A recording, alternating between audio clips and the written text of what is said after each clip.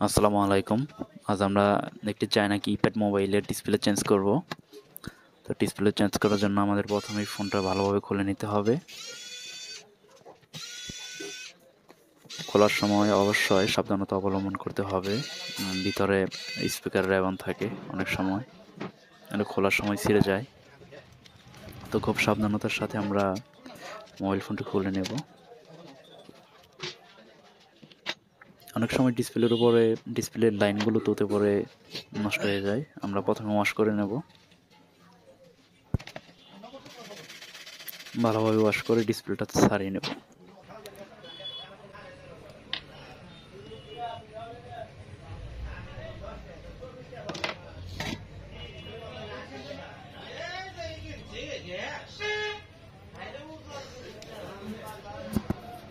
ওকে, ডিসপ্লেটা ছাড়িয়ে নিলাম। নতুন একটা ডিসপ্লে সমানভাবে বসিয়ে পেস্টে দেওয়া আছে বা দেওয়া না থাকলে দিয়ে নেওয়া ভালো, তাতে সোল্ডারিংগুলো অনেক সুন্দর হয়। ওকে, দেখি কি হয়।